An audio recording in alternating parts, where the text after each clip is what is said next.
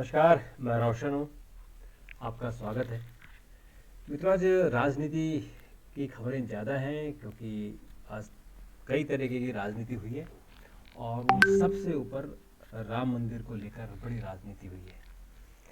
आपको पता है कि 22 जनवरी को प्रधानमंत्री नरेंद्र मोदी नए मंदिर में, यानी जो राम मंदिर नया बन रहा है उसमें प्राण प्रतिष्ठा करेंगे और उसके लेकर जो राम मंदिर जन्मभूमि न्यास है वो सभी लोगों को, यानी सत्ता पक्ष के और विपक्ष के और देश के जाने माने लोगों को, फिल्म के, क्रिकेट के और भी अन्य क्षेत्रों के लोगों को निमंत्रण दे रहे हैं कि 22 जनवरी को अयोध्या आए। तो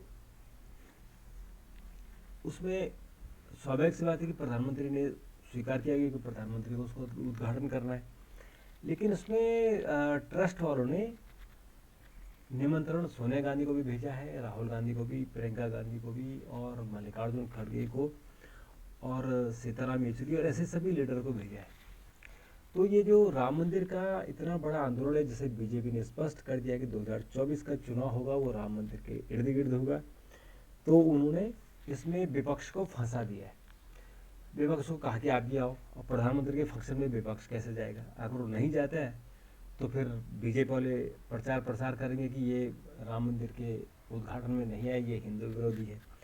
तो विपक्ष फंसा हुआ है इसमें। सीपीएम ने तो साफ कह दिया कि हम नहीं जाएंगे, क्योंकि सीपीएम की आइडियोलॉजी के खिलाफ भी है, वो किसी देवता उवता को नहीं मानते। लेकिन कांग्रेस तो अपने आप को सॉफ्ट हिंदुत्व लेकर चलती है, तो कांग्रेस का ना आना ये मुझे लगता है कि कांग्रेस के अगेंस्ट जाएगा।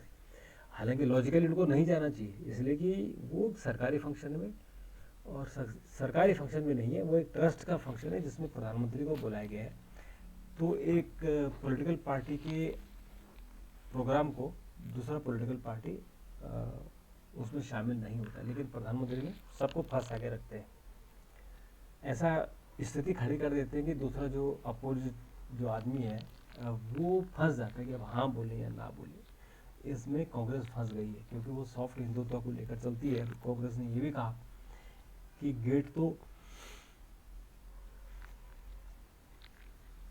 कांग्रेस ने ही खुलवाए थे, तो अब इसमें सोनिया गांधी ने भी हाना नहीं बोला है, मल्लिकार्जुन खड़गे ने भी हाना नहीं बोला है, लेकिन सीताराम येचुरी ने मना कर दिया। तो देखते हैं कि इसमें 22 जनवरी आते आते तक इसमें क्या डेवलपमेंट होता है। और आज राम मंदिर न्यास ने फोटो रिलीज की है, जो कंस्ट्रक्शन चल रहा है, बहुत तेजी से काम हो रहा है, तो उसकी फोटो, भव्य फोटो आई है।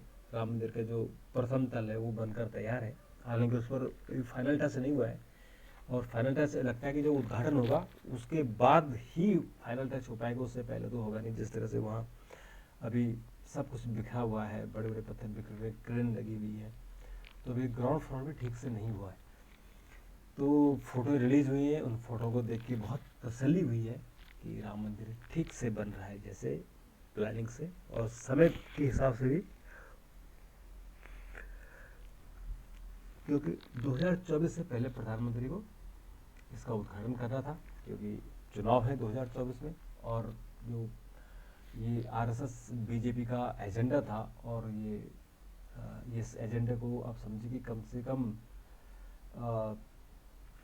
73-74 साल हो गए हैं जब से राम मंदिर बनाने की बात चल रही थी, और आरएसएस और विश्व हिंदू परिषद ने 87-88 से इसको अपने एजेंडे में शामिल कर लिया था। तो बीजेपी ने भी पालमपुर में जो 88 में कॉन्फ्रेंस हुई थी नेशनल एग्जीक्यूटिव की, उसमें शामिल कर लिया था कि हम राम मंदिर बनाएंगे, अयोध्या में बनाएंगे, उसी जगह बनाएंगे। और उसके बाद आपने देखा कि कितना भयानक आंदोलन चला।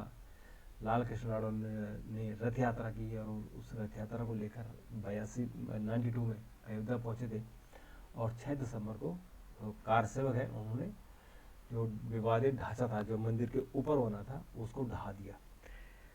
बड़ी इसमें खबरें बनी, बहुत नेशनल इंटरनेशनल लेवल की खबरें बनी, लोग कोर्ट भी गए, सुप्रीम कोर्ट भी गए, लेकिन उसमें जो सरकार थी उस वक्त पीवी नरसिंह राव की, वो सरकार के खिलाफ भी गए, और लोगों ने कल्याण सिंह उसमें सीएम थे, कल्याण सिंह की सरकार चली गई थी। उसमें फिर कांग्रेस ने मध्य प्रदेश, राजस्थान और गुजरात की सरकार भी गिरा दी थी।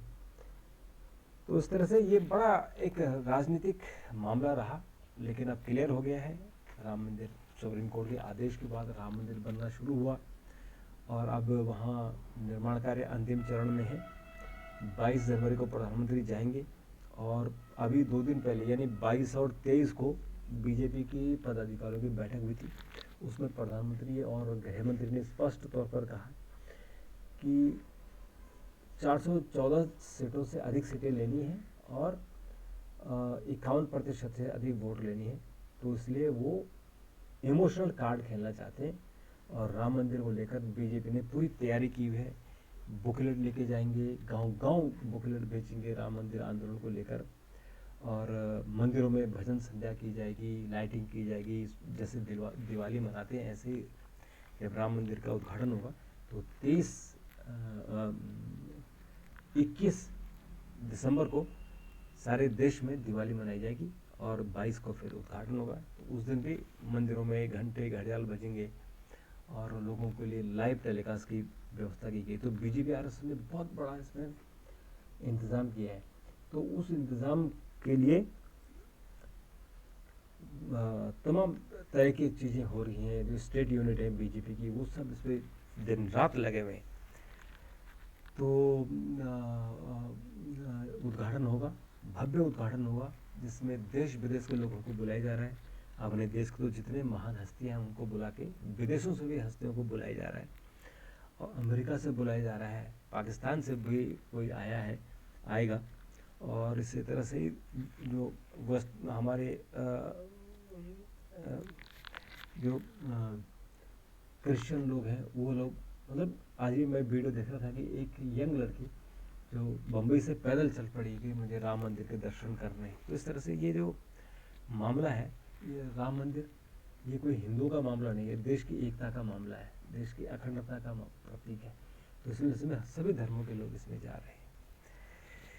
तो राम मंदिर को लेकर जो राजनीति चल रही है वो मुझे लगता है कि मंदिर बनने के बाद वो चीज़ें ठीक हो सकती हैं, ठीक हो जाएगी। क्योंकि विवाद तो 75 सालों से विवाद चल रहा था, अब उस विवाद को कानूनी तौर पर ख़त्म करने की जा रही है। तो इसलिए जो है ये सब चीज़ें हैं।